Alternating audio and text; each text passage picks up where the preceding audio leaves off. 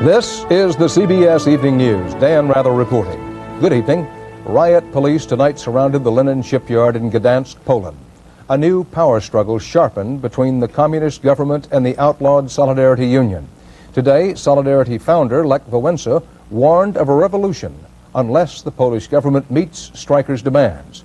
But the government said it won't even talk with them. Bert Quint is on the scene.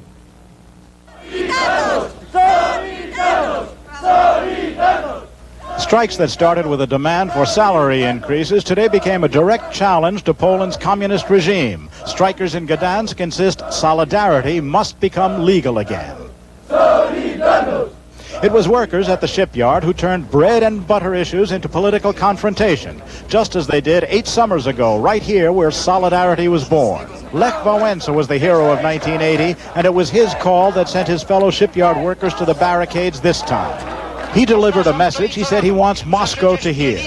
If Solidarity isn't permitted to work together with the regime to bring in reform, Poland faces the threat of bloody revolution. He demanded that the Prime Minister meet with workers. The answer from Warsaw: we have no intention of talking with strikers. Wałęsa showed the old charisma, symbolically sharing bread with the strikers because they have a right to it. But today, Wałęsa said he's too sick and worn out to be the leader now. It's time for someone else. Ironically, these men and women are striking for the same thing Poland's leaders and Mikhail Gorbachev want: the restructuring of a bankrupt economic system. But they are convinced that drastic price hikes that are the first big step toward reform here are not the way. Even if these strikes are ended one way or another, this will be just the beginning of certain process, because the pressure for higher wages resulting from certain sense of helplessness and sense of despair and lack of any vision for any future will grow. The Polish government wants deep economic but not political change, and it refuses to listen to the message being shouted here. What these people are really saying is there can be no reform, no real peace in Poland unless their voice is heard. Bert Quint, CBS News, Gdansk. It's still a confusing situation along some of Israel's border with Lebanon. Israeli soldiers pushed deeper into southern Lebanon today, coming within a few miles of Syrian troop positions in the Bekaa Valley. The Israelis say they want no trouble with the Syrians. Israel calls this whole thing a search operation aimed at smashing Palestinian guerrilla groups that have staged recent raids on northern Israel. Bob Simon has our report. As Israeli officials kept insisting this evening that the operation will be over very soon, more Israeli troops were pouring over the border into Lebanon. The operation is aimed at uprooting PLO strongholds and disrupting infiltration routes around the foothills of Mount Hermon, an area long known as Fatah land. A limited mission, the Israelis insist, not an invasion. The operation was sanctioned at the highest level, and for the first time in recent memory, Israel's highest officials were saying the same thing. From time to time there is a need to comb an area with a limited force. Well, it is a usual action. Unfortunately, the media exaggerated the scope, the size of the operation. But Israelis have limited credibility when it comes to Lebanon. No one can forget 1982, when the Israelis insisted they were going in just a little way for just a little while and wound up in West Beirut. Military sources say officials are playing this one down because it's not going very well. Hundreds of Israeli troops, accompanied by their allies in Lebanon's Christian militias, came quickly and they came in force. But by the time they got there, nobody was home, at least not the people they were looking for. Palestinians had expected the incursion. Sources say there have been very few arrests, no contact with the enemy, hardly a shot fired in anger. These were the shots heard around Israel, shots fired at the funeral last week of an Israeli officer killed by Palestinian infiltrators.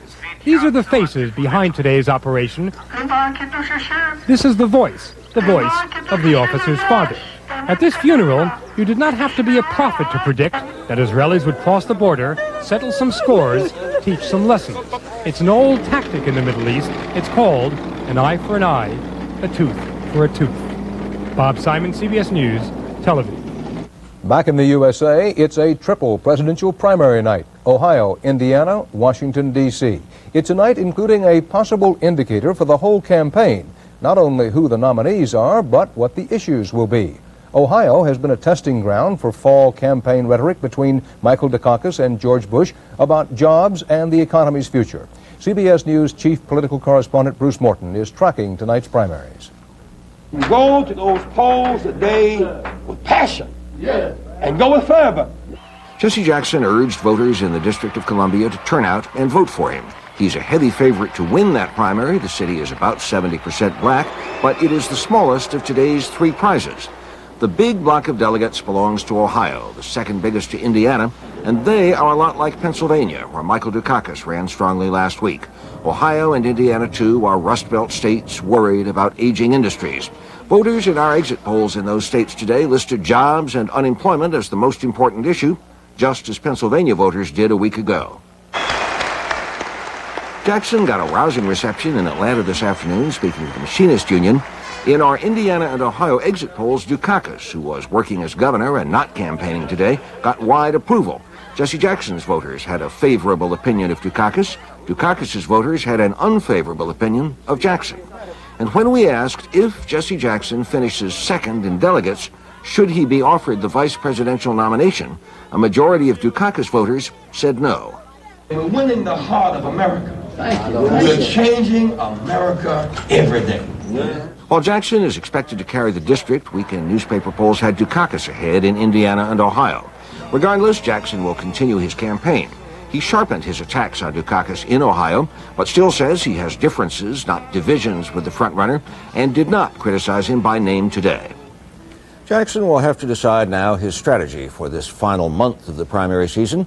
Some on his staff say he'll pay little attention to West Virginia and Nebraska, which vote next week, but instead will head west and spend most of the next month concentrating on California, the biggest prize of all. Dan? Thanks, Bruce. And we will, of course, keep you updated on tonight's primary results after the polls close. Jesse Jackson's 1987 tax returns were released today by his campaign. They indicate the candidate and his wife, Jacqueline, made almost $210,000. Most of the income came from a corporation headed by Mrs. Jackson, a corporation handling Jesse Jackson's earnings from writing and speaking. The Jacksons paid more than $53,000 in federal taxes. While the Democrats have been settling their nomination fight, the foregone Republican nominee, George Bush, has been largely out of the spotlight. Bush came out a bit today. He was correspondent Bill Plant tonight looks at George Bush's running as Ronald Reagan's heir apparent and loyal vice president. His nomination now certain, Vice President George Bush and his friends staged a victory celebration this afternoon. The Vice President's best-known supporter wasn't there, but he did meet with Bush first thing this morning to discuss campaign strategy. Ronald Reagan plans a formal endorsement of his Vice President for next week.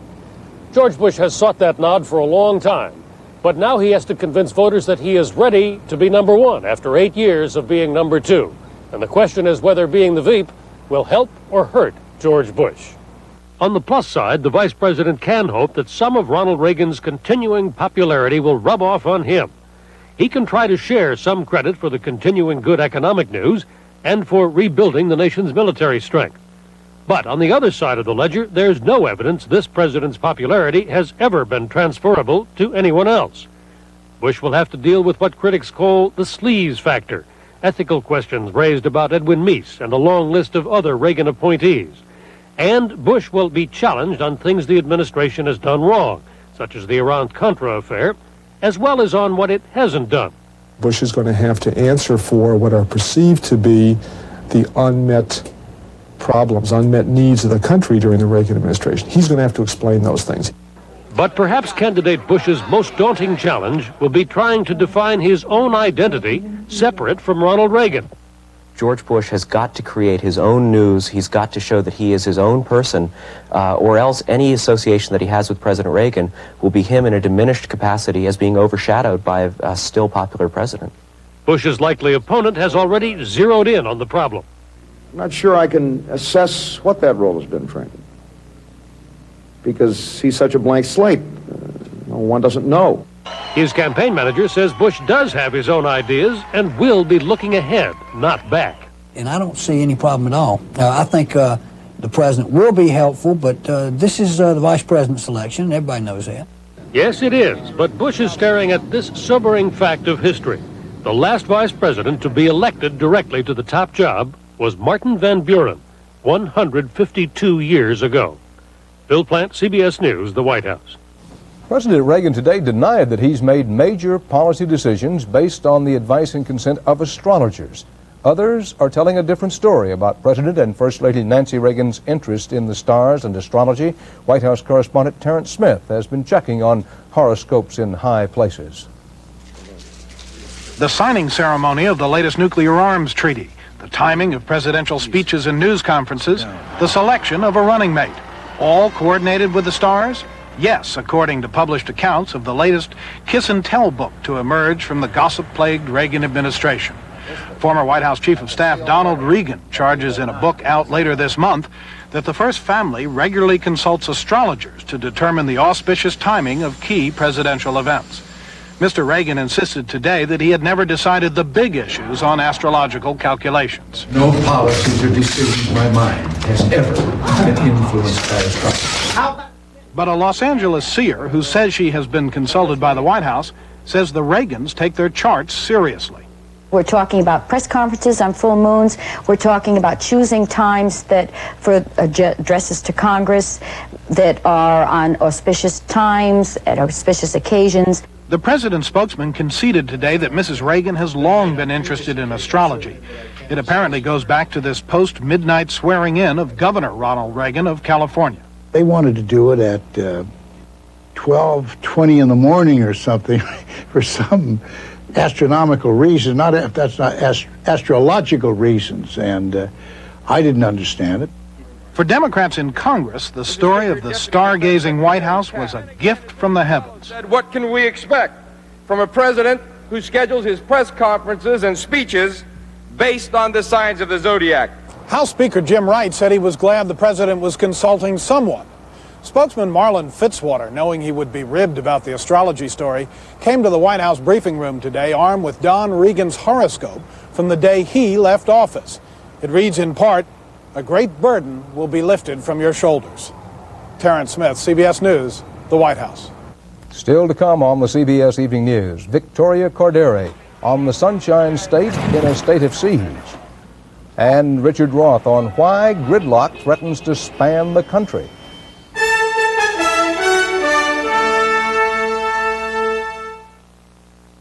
It takes time to get your gal to see the light. It takes time. It isn't always love at sight. From the first little glance, till she's ready for romance. Remember, little man, it takes time.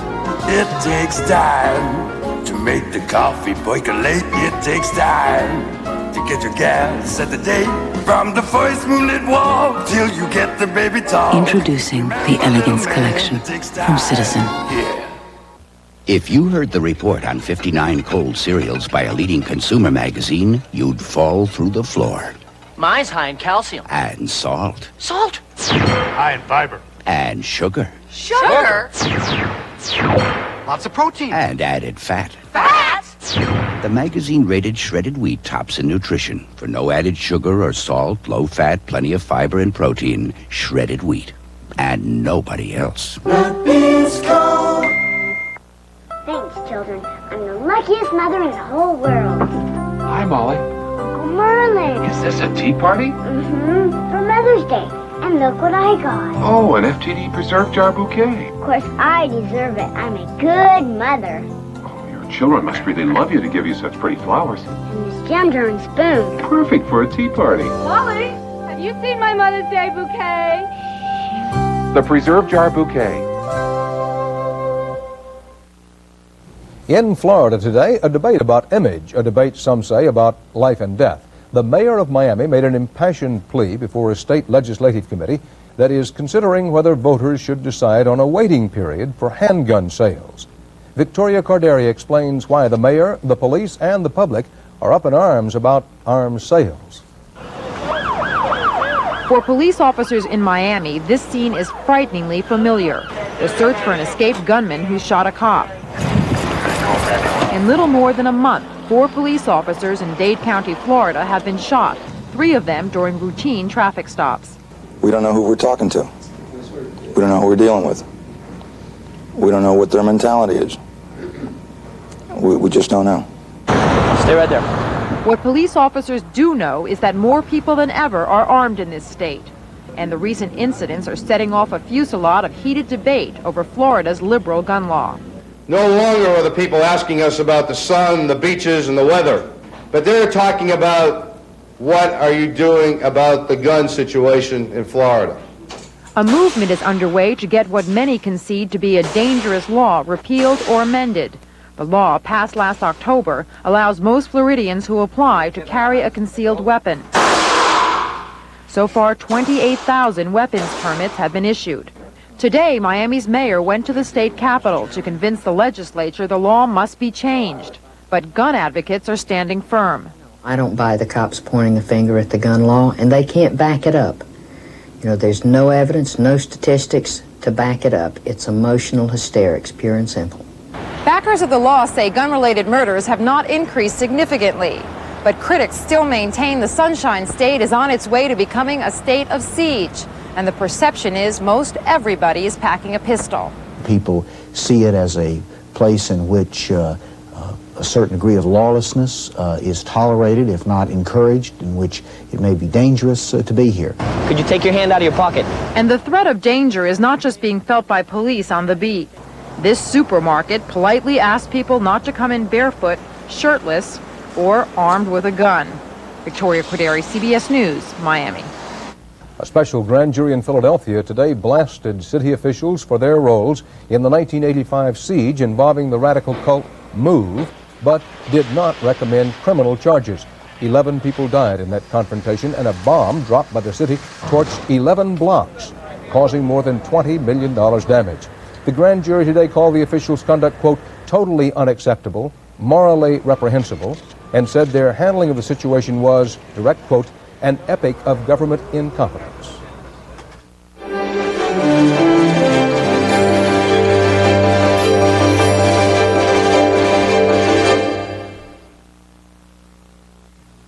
You hear the thunder, the call of the road. Whether it's the roar of an available turbo or 16-valve engine, Grand Am is sheer driving excitement. Get on your Pontiac and ride, And now, with $400 back direct from Pontiac, you can really cash in on Grand Am excitement. Get on your Pontiac. We build excitement.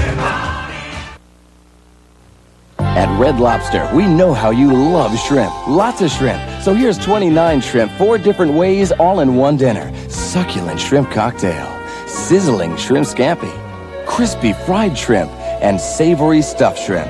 It's the ultimate shrimp lover's feast. 29 shrimp, 4 different ways. This week at Red Lobster. And now, Friday, Saturday, and Sunday too, enjoy the shrimp and crab feast, just $10.95. And kids popcorn shrimp, just 99 cents. Now for indigestion, gas, introducing new Extra Strength Malox Plus. It neutralizes more than any leading antacid and dissolves gas. Nobody does as much as new Extra Strength Malox Plus. If you think you've heard all there is about aspirin, think again. Today, there's an even better aspirin formula, Anacin. Clinical tests show that Anacin relieves headache pain better than regular strength aspirin. Anacin, a better aspirin formula. A new report is out today on America's air quality. The U.S. Environmental Protection Agency says more cities, 68 of them, are failing to meet federal clean air standards for ozone, a major component of smog. 59 cities, a slight improvement, are failing to meet standards for carbon monoxide pollution. It's been a little more than a year since a bridge in upstate New York collapsed, killing 10 motorists. After that accident, federal authorities warned that thousands of other bridges might be in danger of collapsing. They called for immediate action. So what's the state of the union's bridges today? Richard Roth has been investigating. Which has developed an extra delay down the southbound direction, jam-packed. Almost any place you drive, getting from here to there is getting harder, and it's not just congestion. Road and bridge problems everywhere this spring are tying up traffic. In New York, the rush hour headaches turned into a migraine since the Williamsburg Bridge was closed. 85 years old, it's so corroded, experts feared it might collapse. According to inspection records, half the bridges here are rated deficient. Oh, man, they need to build another bridge. An hour and a half almost just to get into the city. We're not even in the bridge yet. It's crazy. It's insane. And it's not just in this city. Studies claim that 1 out of every 4 bridges throughout America is unsafe. The federal government estimates that 150 American bridges buckle, sag, or collapse each year. That's just about 1 bridge failure every 2 days. They're not all just culvert crossings. They're highways like the interstate to Providence, closed last January, or Connecticut's Mianus River Bridge that collapsed 5 years ago. Near Albany, New York, just last year, 10 people died when a highway bridge collapsed. The federal government now says inadequate maintenance was the probable cause. The nation's roads and bridges are getting old, and it's showing. But public spending for inspection and repair hasn't kept pace. At the rate we're improving our bridges now, a little over 3,000 a year, it would take about 80 years at current spending levels to bring our bridges up to the standards that they should be. Repairing or replacing every bridge in trouble would cost an estimated $51 billion. Experts differ on how much ought to be spent and where, but they all say this is a problem that's not going away. What we're doing by not maintaining and repairing these bridges and roads, and by letting them rust and rot and wear out, is we are borrowing from our children. And this due bill, this IOU, if you will have to be paid. It wasn't age or bad upkeep, but design flaws and heavy wind that 48 years ago brought down the bridge they called Galloping Gertie over the Tacoma Narrows in Washington. Roadway and river spans ever since have been mostly more dependable. The ideal, said one designer, is to build a bridge to last forever. That's the ideal. The reality is something else. Richard Roth, CBS News, New York. New turbulence inside the U.S. Justice Department. Some of the Justice Department's own lawyers today served notice they will sue to stop mandatory drug testing ordered by Attorney General Ed Meese. The proposed mandatory drug testing of 4,700 Justice Department employees, they say, is unconstitutional.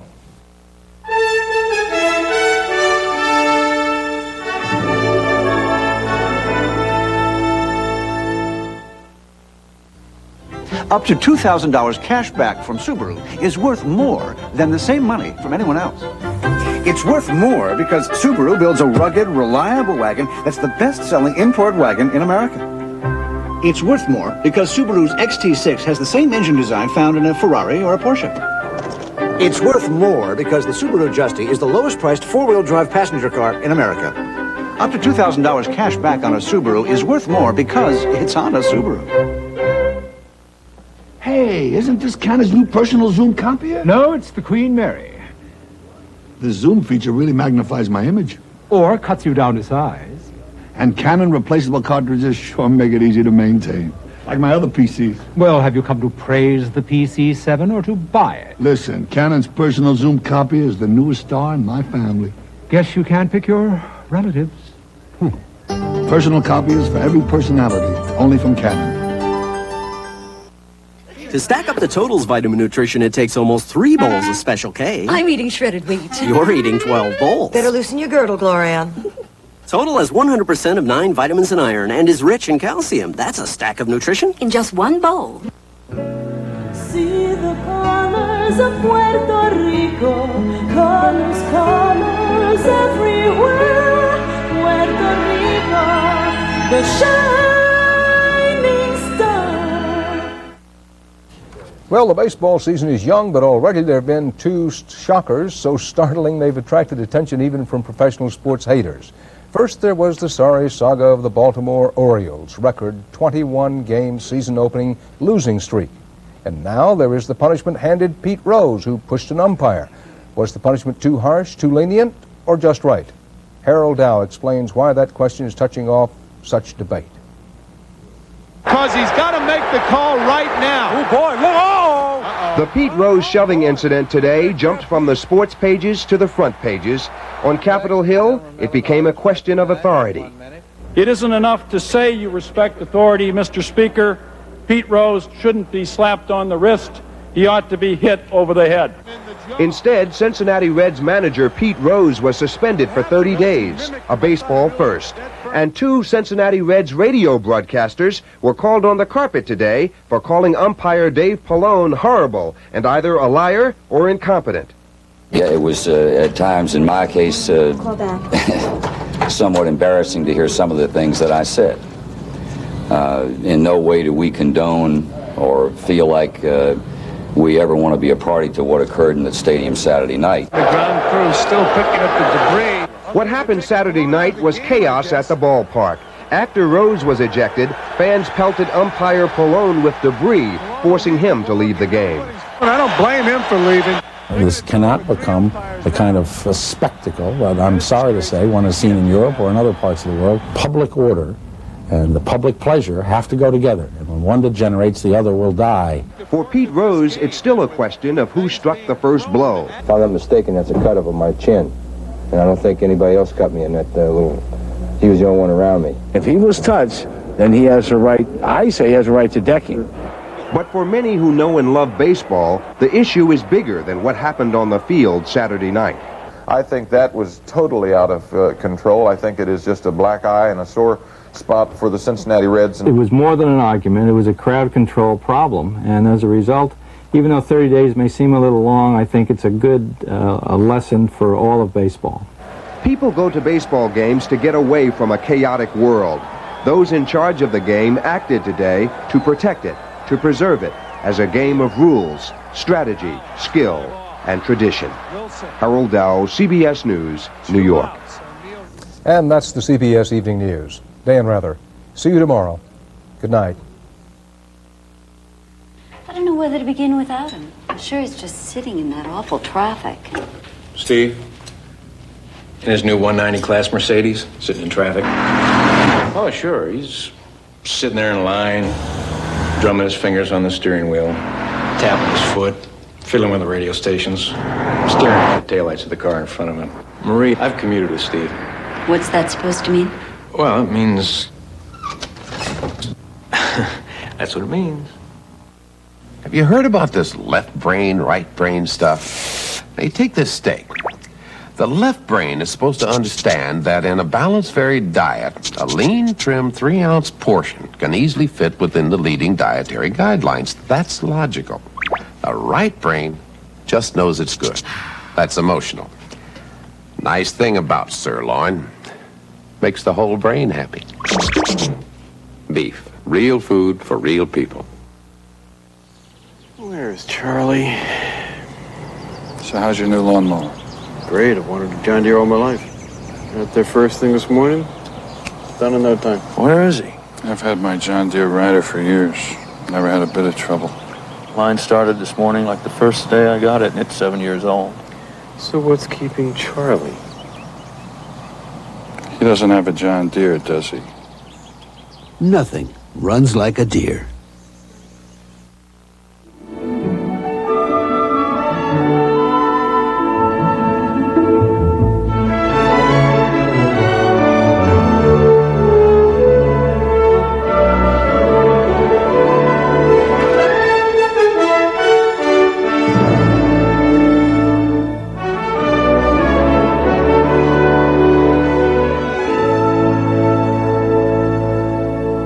I'm Harry Smith. And I'm Kathleen Sullivan. Everything you need to know about bringing up baby in the 80s. A special 5-hour series, Baby Boomer Babies, this week on CBS This Morning. This is CBS. Coming up next on Eyewitness News, 2 fires each claim a life, and investigators say one of those could have been put out much sooner if it had not been for one big problem. And a court hearing reveals more bizarre details about the ninja burglaries. Also tonight, we'll tell you about an election nobody wanted and a sweet roll for dough. Join us for these stories and more next on Eyewitness News.